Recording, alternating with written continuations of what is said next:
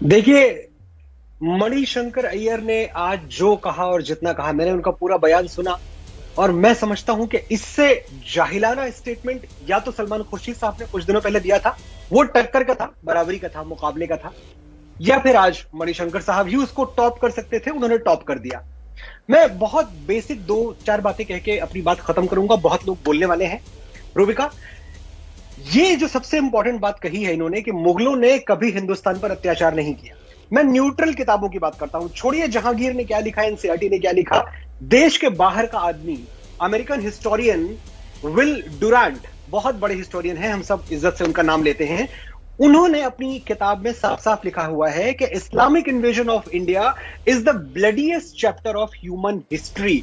Indian history की बात नहीं हो रही है, ह्यूमन हिस्ट्री की बात हो रही है। आई रिपीट, आई कोट, कि जो इस्लाम का इन्वेजन था, जो इस्लाम का आक्रमण था हिंदुस्तान पर, उससे ज्यादा खून खराबे भरा पाठ दुनिया के इतिहास में कहीं आपको सुनने या पढ़ने को नहीं मिलेगा। ये डोरांट साहब कहते हैं।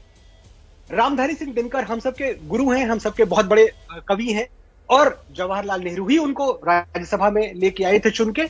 दिनकर ने एक बात क्लियरली अपनी किताब में लिखी थी, संस्कृति के 4 अध्याय में, तीसरे अध्याय में लिखा था, मैं कोट कर रहा हूं, कि भारत में मुसलमानों का अत्याचार इतना भयानक रहा है कि सारे संसार के इतिहास में उसका कोई जोड़ नहीं है। मैं एक बात और कहूंगा, यदुनाथ सरकार, जो कि सबसे बड़े मुगलों पे एक्सपर्ट माने जाते हैं, और मैं समझता हूं जितने भी पैनल में लोग बैठे हुए हैं एक बात मानेंगे, सही गलत कैसे भी, लेकिन यदुनाथ सरकार की बातों को, उनके नॉलेज को कोई चैलेंज नहीं कर सकता। ना वो जनसंघ से जुड़े थे, ना तब भारतीय जनता पार्टी थी, तब हिंदू महासभा भी नहीं थी। 1910 के आसपास वो सक्रिय थे, यदुनाथ सरकार, तब इनमें से कोई इकाई, कोई संगठन सक्रिय नहीं था। यदुनाथ सरकार ने क्लियरली लिखा हुआ है कि इस्लामी राष्ट्रतंत्र के अनुसार सभी गैर मुस्लिम जनता शत्रु है, और ये इस्लामी राष्ट्रतंत्र का मतलब मुगल राष्ट्रतंत्र की बात हो रही है, तथा उसकी संख्या और शक्ति को समाप्त कर देना मुस्लिम शासक का प्रधान कर्तव्य है। ये बात कहां से आती है, ये भी समझने वाली है। ये भी यदुनाथ सरकार नहीं कह रहे हैं, ये आती है शेख हमदानी की एक किताब है जिसका नाम है जखीरातुल मुलूक। अब जखीरातुल मुलूक वो किताब है जिसको ये बाइबल की तरह, कुरान की तरह सामने रख के अपना शासन चलाते रहे हैं शुरू से, ये हम सबको पता है। जखीरातुल मुल्क से मैं कुछ चीजें कोट करना चाहता हूं कि एक इस्लामिक शासन कैसा होना चाहिए और कैसा होता है। नंबर 1, मुस्लिम राज्य में कोई प्रतिमालय नहीं बनाया जा सकता। ये बाकायदा रूल की तरह कॉन्स्टिट्यूशन है। ये कॉन्स्टिट्यूशन पढ़ के सुना रहा हूं मैं आपको, मेरा लिखा हुआ नहीं है, शेख हमदानी का लिखा हुआ है, जखरातुल मुलूक नाम की किताब का। मुस्लिम राज्य में कोई मंदिर नहीं बन सकता, नंबर 1। नंबर 2, जो मंदिर तोड़ दिए गए हैं उनका नवनिर्माण नहीं किया जा सकता, वो दोबारा नहीं बनाया जा सकता। This is second. तीसरा, गैर मुस्लिम लोग मुसलमानों के सामने जीन और लगाम कसकर घोड़ों पर नहीं चढ़ेंगे। घोड़े पे चढ़ना गैर मुस्लिमों के लिए मना था, यह अकबर के जमाने में भी था। गैर मुस्लिम प्रजा के लिए तीर, धनुष और तलवार लेकर चलना मना है, और गैर मुस्लिम जनता मुसलमानों के मोहल्ले में ना बसे। और आखिरी चीज मैं कह रहा हूं कि गैर मुस्लिम प्रजा अपने मुर्दों को लेकर जोर से विलाप ना करे। यानी अगर हमारे घर में, हिंदुओं के घर में कोई मृत्यु होती थी, कोई बाप दादा मर गया, तो जोर से रो नहीं सकते थे कि कहीं जो बादशाह सलामत हैं उनकी अय्याशियों में खलल ना पड़ जाए। इस पे पूरा जो शासन है वो चला हुआ है। सिर्फ 30 सेकंड और फिर मैं सबको बोलने दूंगा। अकबर को, जिसको सबसे ज्यादा इन्होंने बोला हमारे अकबर, अकबर को मैं अपना मानता हूं, ये तो खैर रहते अकबर रोड पे हैं, बिल्कुल बोलेंगे। मैं जानना चाहता हूं कि पूरी जिंदगी मणिशंकर अय्यर साहब के दिल्ली में गुजरी है, स्टीफेंस में पढ़े हैं, मुझे बताएं कि 1935 में बिरला मंदिर बना था, 1935 के पहले कौन से मंदिर आपको देखने को मिलते हैं? जामा मस्जिद जैसा क्या एक भी स्ट्रक्चर आपको दिल्ली में देखने को मिलता है?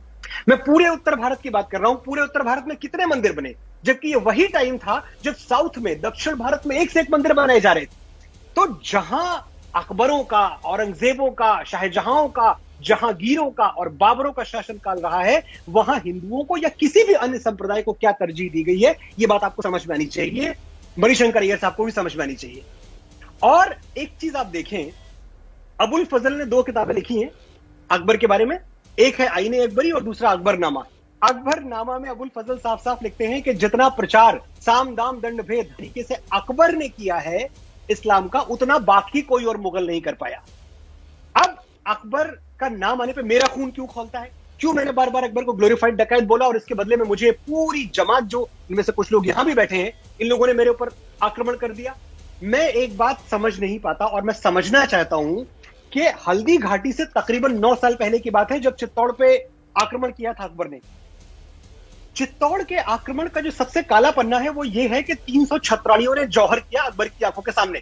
उसको अकबर रोक सकते थे, लेकिन उन छत्राणियों को पता था कि ये अय्याश आदमी हमको छोड़ेगा ही नहीं, वरना कोई हंसते खेलते और कोई अपनी मर्जी से अपनी खुशी से आग में नहीं कूदता। ये हम सबको पता है, इंसान इंसान होता है। चित्तौड़ का किला जीतने के बाद अकबर ने 30,000 सिविलियंस को स्लॉटर किया, मौत के घाट उतारा है। सिविलियन बात कर रहा हूं मैं, निहत्थे लोग। ये हाथ में तलवार लिए हुए थे, ना तीर लिए हुए थे, ना किसी तरह का शस्त्र लिए हुए थे। क्यों मारा इनको? इनको इसलिए मारा क्योंकि ये लोग मुसलमान नहीं थे, एक खास तबके से ताल्लुक रखते थे। और अगर फिर भी आपको लग रहा हो कि ये तो मनोज मुंतशिर की मनगढ़ंत बातें हैं, बनी बनाई बातें हैं, तो मैं सिर्फ एक बार वो आपको पढ़ के सुनाना चाहता हूं जो फतेहनामा चित्तौड़ अकबर ने जारी किया था। चित्तौड़ से निकलने के बाद अकबर ने जारी किया था, मनोज मुंतशिर ने नहीं किया था। क्या लिखा था अकबर ने उसमें, आप सुने। हम अपना कीमती वक्त अपनी सलाहियत के मुताबिक जंग और जिहाद में गुजारते हैं। शैतान काफिरों के खिलाफ टोली बनाकर हमला हुआ और उस जगह कब्जा हो गया जहां किला खुलता है। हम अपनी खून की प्यासी तलवारों से एक के बाद एक कत्ल करते चले गए और कत्ल हुए लोगों का अंबार हो गया। बाकी बचे हुए लोगों का पीछा हुआ जैसे वह डरे हुए गधे हों शेर से भागते हुए। यह फतेहनामा चित्तौड़ में अकबर ने खुद लिखा है और यह बात हो रही है सिविलियंस की। ऐसे आदमी को आप मेरा बादशाह बनाएंगे, ऐसे आदमी को आप ये बताएंगे कि ये तो मसीहा था हिंदुस्तान का, मैं मानने से इनकार करता हूं। बुजदिली में और सहिष्णुता में, टॉलरेंस में फर्क है।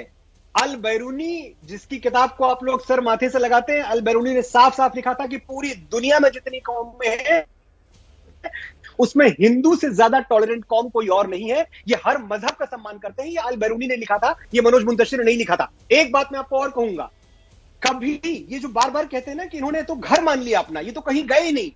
सावरकर ने कॉलोनियल पावर माना है मुगलों को, और ये कॉलोनियल पावर थे, खाली इनको कॉलोनियल पावर के तौर पर ट्रीट नहीं किया गया।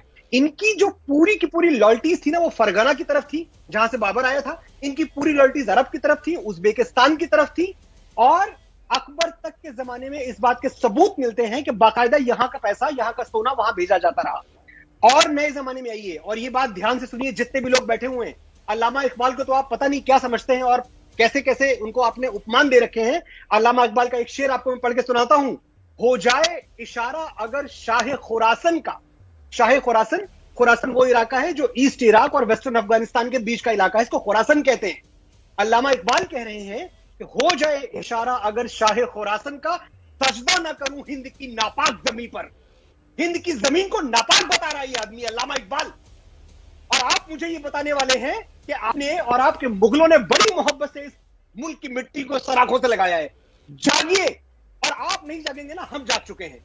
और मतलब ये कतई नहीं है तस्लीम साहब या जो भी मेरे साथ पैनल में लोग बैठे हुए हैं कि हम हिंदुस्तानी कोई एंटी इस्लामिक हैं, बिल्कुल नहीं है। इस देश का कोई हिंदू एंटी इस्लामिक नहीं है। हम एंटी मुगल हैं और हम जिंदगी भर एंटी मुगल रहेंगे। एक बात आप समझ लीजिए, कुछ ट्रबल्ड हिस्ट्री रही है, हमारा पास्ट, हमारा अतीत बहुत मुश्किलों से भरा हुआ रहा है। एक बार उसके बारे में बात कीजिए, उसको अंडर द रग खिसका के कारपेट के नीचे डाल के आप दबा नहीं सकते।